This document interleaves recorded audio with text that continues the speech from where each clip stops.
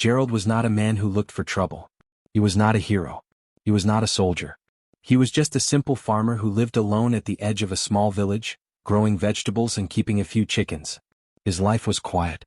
His house was small. And he liked it that way. That night the storm came fast. The wind hit the trees hard and bent them low. Rain fell in thick sheets that drummed loud on Gerald's roof. Lightning split the sky again and again, and thunder rolled through the hills like something angry was moving through the clouds. Gerald sat near his fire, listening to the storm and drinking warm tea. He thought it would pass. Most storms did. But then he heard something. It was soft. Almost too soft to hear over the rain. A small sound, thin and broken like something crying. Gerald put down his cup and listened again. The wind howled. Rain hammered the windows. And then, under all of it, he heard it again. Small. Weak. Coming from outside. He told himself it was probably just an animal. A cat. A fox pup. Something that had lost its way in the storm. He pulled on his coat and his boots and pushed open the door. The rain hit him hard the moment he stepped outside. It was cold and heavy and soaked through his coat in seconds. He held up his lantern and walked toward the tree line at the edge of his field. Mud pulled at his boots with every step. The light from his lantern barely cut through the dark in the rain. He almost missed them. They were lying together in the mud near the roots of a large oak tree. Two small shapes curled close to each other, barely moving. Gerald stepped closer and held his lantern low. His breath caught in his throat. They were dragon hatchlings.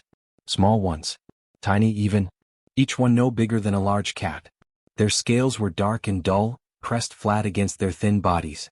Their wings were soaked and folded tight against their sides. Their eyes were closed. One of them made that small, broken sound again, and Gerald realized that was what he had heard from inside. They were crying. Gerald stood in the rain for a long moment, just staring. He had seen dragons before, far away, crossing the sky high above the valley. Big ones. Powerful ones. The kind that made people stop and stare and feel very small. But he had never seen one like this. Never seen one so young. Never seen one so helpless. He looked around. There was no mother. No signs of a nest. No large shape moving through the dark. Nothing. Just the storm and the mud and these two tiny creatures lying in it, slowly getting weaker. Gerald did not think too long about it. He took off his coat and knelt down in the mud beside them. He was already soaked through, so it did not matter much. He worked carefully, sliding his hands under the first hatchling, lifting it slowly so he would not hurt it. It was cold. Much too cold. It made a weak sound and its small claws curled slightly, but it did not fight him. It did not have the strength to fight him. He wrapped it inside his coat and then picked up the second one and tucked it in beside the first. He held them against his chest and walked back to his house as fast as he could through the mud and the rain. Inside he kicked the door shut behind him and moved straight to the fire. He knelt down and opened his coat carefully. Both hatchlings lay still against him, their small chests rising and falling in shallow, uneven breaths. Their scales were cold to the touch. Their tiny claws were curled tight. One of them opened its eyes for just a moment. The eyes were a pale, soft color, catching the firelight. Then the eyes closed again. Gerald moved fast. He pulled the old wool blanket from the back of his chair and laid it near the fire. He set both hatchlings down on it, side by side, and tucked the edges of the blanket around them gently. Then he added more wood to the fire and built it up until the room was warm and orange with light. He sat back on his heels and watched them. Their breathing was still weak, but it was there. Slow and small but steady. The warmth of the fire was reaching them. One of them shifted slightly, moving closer to the other. Gerald let out a long breath he had not known he was holding. He sat beside them all night. He did not sleep. He just watched and kept the fire going and listened to the storm slowly wear itself out above the roof. By the time the rain stopped and the first pale light of morning crept through the window, both hatchlings were breathing easier. Their scales had dried. They were still weak, but they were alive. Gerald looked at them for a long time in the quiet morning light. Two small faces. Two small bodies rising and falling with sleep. He did not know where they had come from. He did not know what had happened to their mother. He did not know what he was going to do with two dragon hatchlings in his house. But they were alive because he had gone out into that storm. He decided, quietly and simply, that he was going to keep them alive. He thought for a moment, looking at them side by side in the blanket. Then he nodded to himself. The smaller one on the left would be Sarah. The other one would be Mira. He got up, put the kettle on, and started figuring out what dragon hatchlings were supposed to eat. The first few weeks were hard. Gerald had no idea what dragon hatchlings needed.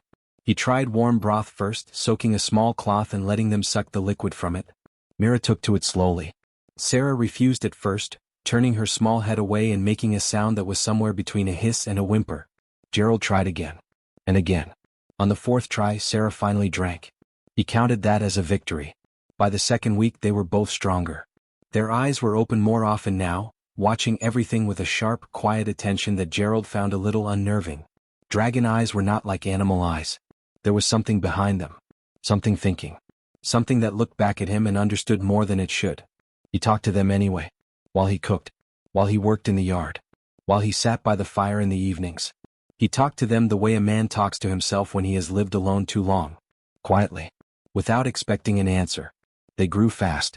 Faster than Gerald expected. Within a year they were walking, moving through his small house on two legs, their tails sweeping behind them and knocking things off low shelves.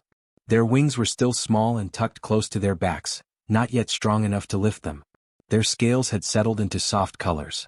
Myra's were a deep, warm brown with faint traces of something darker underneath. Sarah's were lighter, a quiet gray that caught the morning light in a way that sometimes looked almost silver. Gerald built a second room onto the house that summer. It was not much. Just 4 walls and a roof and 2 small beds. But Mira and Sarah stood in the doorway when it was done and looked at it like it was something wonderful. He taught them everything he knew. How to plant seeds in straight rows and when to water them and when to leave them alone. How to tell when bread was ready by the smell alone. How to sweep a floor properly, starting from the far corner and working back toward the door. How to fold a blanket neatly. How to carry eggs without breaking them. Small things. Simple things. The kind of things that make a life run smoothly. Mira learned fast and worked hard. She was serious about everything she did, watching Gerald carefully before trying it herself, wanting to get it right the first time. She rarely made mistakes. When she did, she went quiet for a while, thinking it through before trying again. Sarah learned just as fast but cared less about doing it perfectly. She tried things her own way first, which meant she broke more eggs and spilled more water and once set a small corner of the kitchen table on fire by accident. Gerald put it out with a wet cloth without saying much. Sarah looked mortified. Gerald told her it happened to everyone, which was not entirely true, but it made her feel better. The village did not quite know what to make of them. People stared. Some kept their distance.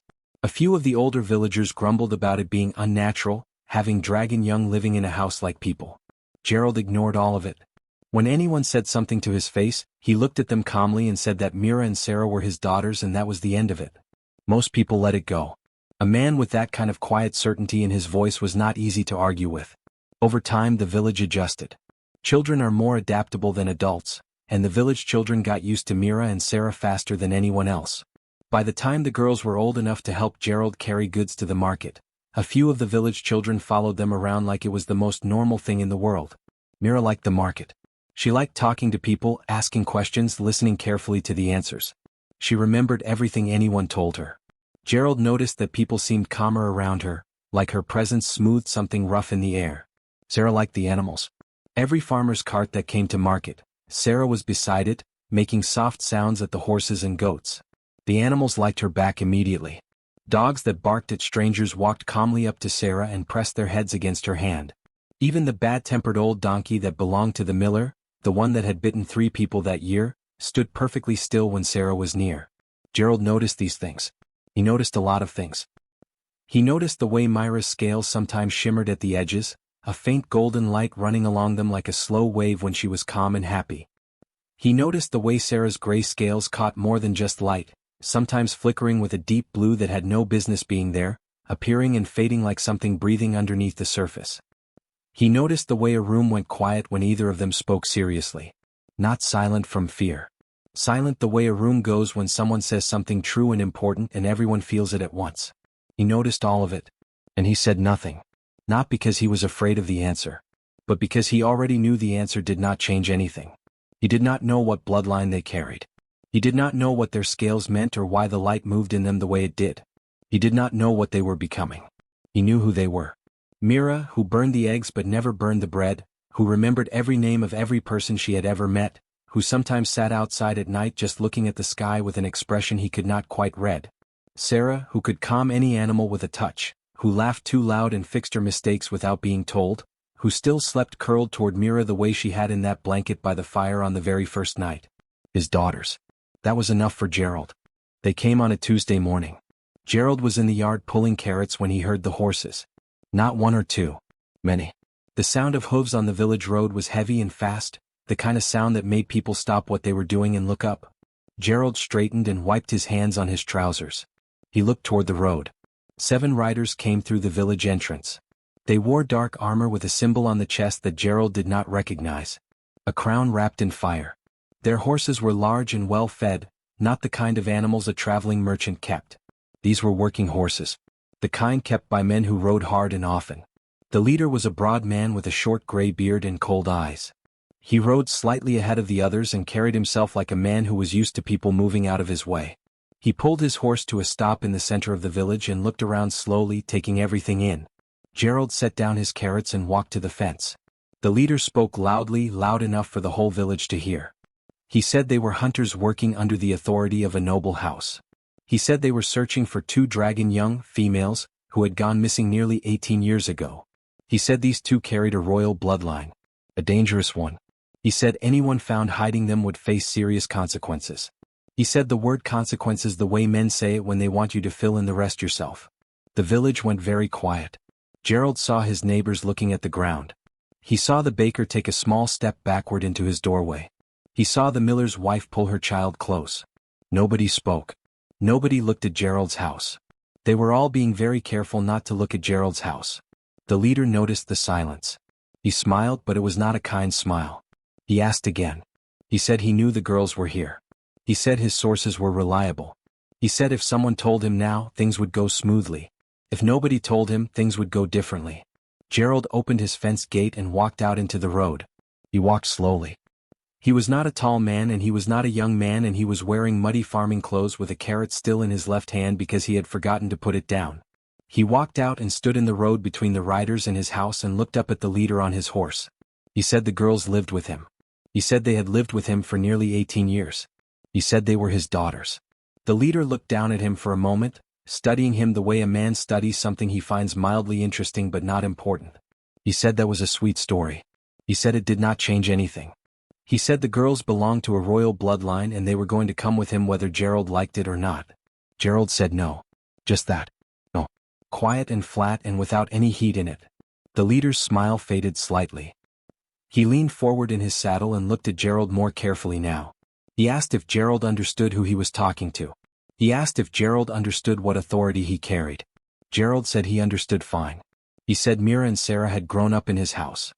He said they had learned to cook in his kitchen and plant seeds in his field and carry water from his well. He said they had sat with him through hard winters and long summers. He said they had looked after him when he was sick 2 years ago, taking turns sitting beside him through the night until his fever broke. He said they were his daughters. He said that again. Clearly. So there was no confusion about where he stood. One of the other riders moved his horse forward and said something low and threatening. Gerald did not step back. He stood exactly where he was in his muddy boots, holding his carrot, looking up at 7 armed men on large horses, and he did not move an inch. The leader raised a hand and the rider stopped. The leader studied Gerald for a long moment. Then he said Gerald was either very brave or very stupid. He said either way it did not matter. He said they would be back, and when they came back they would not ask politely. Then he turned his horse and the 7 riders moved to the edge of the village and made camp near the tree line. They did not leave. They just stopped there, visible from every house, letting their presence sit over the village like a weight. Gerald walked back through his gate. Inside the house, Mira and Sarah were standing near the window. They had heard everything. Myra's face was pale and still. Sarah's hands were pressed flat against the wall like she needed something solid to hold onto.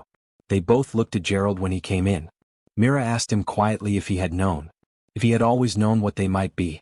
Gerald set the carrot down on the table. He thought about the shimmering scales. The golden light. The way rooms went quiet. The way animals came to Sarah without being called. He thought about 18 years of small moments that had added up to something he had never put a name to because he had never needed to. He told her honestly that he had not known exactly. Then he told her it had never mattered. Sarah made a sound that was not quite a word. She crossed the room and wrapped her arms around him, and Mira came and stood close on the other side, and Gerald stood between his 2 daughters in the small kitchen of his small house while 7 armed hunters camped at the edge of the village. He was not afraid. He just needed to think. They came back before dawn. Gerald had not slept. He had sat in his chair by the dead fire, thinking. Mira and Sarah had stayed awake too, sitting at the kitchen table, speaking quietly to each other in low voices. Gerald had listened to the sound of them talking without hearing the words, and it had made him feel both better and worse at the same time. He had a plan. It was not a good plan, but it was the only one he had. He was going to go out in the morning and talk to the village elder. He was going to ask for help. He was going to find a way to send Mira and Sarah somewhere safe while he dealt with the hunters.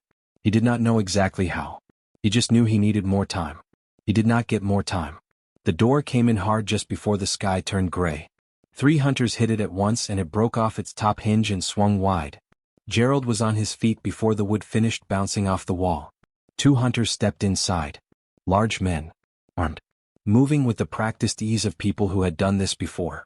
The leader came in behind them. He looked around the small house slowly, taking in the low ceiling and the worn furniture and the 2 girls standing at the far end of the room. He looked at Mira and Sarah for a long moment.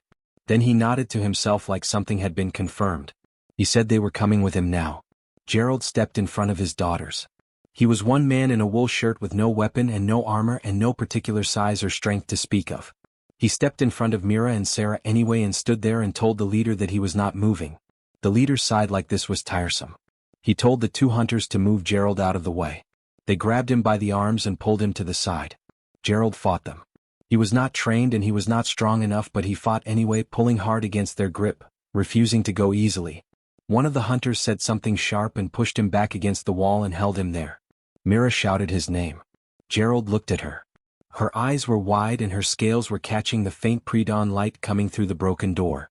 She was looking at him the way she had looked at him when she was very small and something had frightened her. That same look. 18 years older but exactly the same underneath. Sarah was already moving toward him, trying to get to him, and the 3rd hunter stepped in front of her and blocked her path. She hit the hunter's arm trying to get past and the hunter grabbed her wrist hard and she made a sharp sound of pain. Something shifted in the room. Gerald felt it before he saw it. A pressure like the air before a heavy storm, pressing against his ears. The temperature rose fast. He could feel it on his face like standing near an open oven. Sarah looked down at her own hand. Her scales were glowing. Not the soft shimmer Gerald had seen over the years. Not the quiet flicker of color in morning light. This was something else entirely. A deep, burning gold that started at her wrist where the hunter was gripping her and spread outward fast, running up her arm and across her shoulders and down her back like fire finding dry wood. Her eyes changed. The pale color he knew went bright, lit from somewhere deep behind them. The hunter let go of her wrist and stepped back. Mira made a sound. Gerald turned to look at her and felt the hunter holding him loosen his grip without meaning to. Mira's scales were doing the same thing. The dark brown he had known for 18 years was gone, replaced by that blazing gold running across her in waves. The marking underneath her scales, the darker pattern he had noticed over the years but never been able to make out clearly, was now visible. A pattern like a crown. Ancient and sharp and unmistakable. The room filled with light. Not firelight. Not lamplight. Something warmer and older and far more powerful than either. It came off Mira and Sarah both, building fast, and the hunters fell back from it. The leader stumbled against the door frame. His cold eyes were wide now. Whatever he had expected to find here, it was not this. Sarah's wings spread without her seeming to choose it. They filled the small room completely, knocking a shelf off the wall, spreading wide and blazing with that same royal gold. She looked terrified. She was shaking, staring at her own hands at the light pouring off her skin. Mira was the same. Standing tall but trembling, her scales burning so bright it hurt to look directly at her, her eyes full of something between power and panic. The hunters ran. All of them. The leader first, which surprised Gerald, and then the others behind him. Boots on the road, horses pulled loose from where they were tied, the sound of them going hard and fast and not looking back. Within a minute the sound of hooves had faded completely. The light faded slowly after that. Mira and Sarah stood in the ruined doorway of the small house, their scales dimming back through gold to something quieter. Their wings folded. Their breathing was ragged. Sarah was still shaking. Mira had her arms wrapped around herself, staring at the floor. Gerald walked toward them through the thin smoke that hung in the morning air. He reached out and took one hand from each of them. Their hands were warm. Much warmer than usual. Still faintly glowing at the knuckles. He held on and waited until they both looked at him. Then he told them what he needed them to hear. He said it simply and without any drama because that was how he said everything. He said it did not matter what they were. He said they were still Mira and Sarah. He said they were still his daughters. Sarah pulled him close and held on tight, and Mira leaned her head down against his shoulder, and Gerald stood between them in the broken doorway of his small house while the sun came up slow and gold over the fields he had worked for 30 years. Nothing had changed. Everything had changed. But Gerald held on to both of them and decided that was all right. They came 3 days later. These ones were different from the hunters. Gerald knew at the moment he saw them on the road. They rode slowly. No weapons drawn. No aggression in the way they moved. There were 6 of them, dressed in deep colors, gold and dark red, with the same crown symbol the hunters had worn but rendered differently. Carefully. Like something meant to be respected rather than feared. At the front rode an older woman. Tall in the saddle, gray-haired, with a face that had seen a great deal and forgotten very little. She carried no weapon that Gerald could see. She rode like someone who had never needed one. She stopped at Gerald's gate and looked at him. Then she looked past him at Mira and Sarah, who were standing in the yard behind him. Her expression shifted. Something in it loosened, like a knot coming undone after a very long time. She closed her eyes for just a moment. Then she opened them and looked back at Gerald. She told him her name was Agnes. She said she served the dragon throne. She said she had been searching for the 2 heirs for nearly 18 years. She said she was not there to take anyone. She said she was there to explain and then to ask. Gerald looked at her for a long moment. Then he opened the gate. Agnes and 2 of her companions came inside. Gerald made tea because that was what he did when people came to his house, regardless of who they were or why they had come. Agnes accepted the cup with both hands and something in her face shifted again, just slightly, like she had not expected that. She told them everything. She told them about the dragon throne, the oldest seat of power in the known world, held for 1,000 years by a single bloodline. She told them about the attack 18 years ago, enemies of the throne moving against the royal family in the night. She told them the king and queen had not survived. She told them that Mira and Sarah had been hidden by a loyal servant and carried away before the attackers could reach them, taken deep into the forest and left in the only safe place the servant could find before he too was lost. She told them the throne had been empty since that night. She told them the kingdom had been held together by a small council doing their best, waiting, searching, hoping the heirs had survived somewhere. The kitchen was very quiet when she finished. Mira was sitting with both hands around her cup, looking at the table. Sarah was looking out the window at the yard, at the garden, at the old oak near the fence that she had climbed so many times as a young girl that Gerald had carved footholds into the bark to make it easier. Agnes told them they had a choice. She said the throne was theirs by blood and by right. She said the kingdom needed them. She said there were people who had waited 18 years for this. She said she would not pretend it was a small thing she was asking. Then she stopped talking and let the silence sit. Gerald did not say anything. He had promised himself he would not. This was not his choice to make. He sat with his tea and looked at his hands and waited. Mira spoke first. She asked Agnes what kind of queens they were expected to be. She asked if the throne came with rules about that. She asked if there were people who would tell them how to rule and what to value and what to leave behind. Agnes said that was a fair question. She said the throne came with advisors and traditions and expectations, yes. She said some of those could be changed and some were harder to move. Mira nodded slowly. Sarah turned from the window. She looked at Agnes and then she looked at Gerald for a long time. Gerald looked back at her and kept his face calm and open, giving her nothing either way, letting her find her own answer. Sarah said she would go. Mira said she would go too. Gerald set down his cup. Then Mira said something else. She said they would go on one condition. She said the throne would be reshaped. Not broken, not abandoned, but rebuilt from the inside to reflect something different. She said the kingdom would learn that power was not only about bloodlines and fire and ancient rites. She said it was about how you treated the smallest people in the hardest moments. Agnes looked at her carefully. She asked what Mira meant. Mira looked at Gerald. She said she meant a farmer who went out in a storm for 2 creatures he did not know. She said she meant 18 years of warm meals and honest work and someone who never once made them feel like they were anything other than exactly where they belonged. She said she meant that the first law she intended to pass from the dragon throne was a simple one. That no child, of any bloodline of any kind, would be left in the cold while there were people willing to open a door. Agnes was quiet for a moment. Then she said she thought the kingdom was going to be all right. They left 2 days later. Gerald stood at his gate in the early morning and watched them go. Mira turned back twice. Sarah turned back 4 times. The last time Sarah turned, she called out to him and told him he was coming too, that she had already decided, that a room was being prepared and she was not discussing it. Gerald looked at his small house. His garden. His chickens. He thought about it for a long time. Then he went inside and packed a bag. He was not a hero. He was not a king. He was just a man who had gone out in a storm one night because something small was crying in the dark. It turned out that was enough. It turned out that was everything.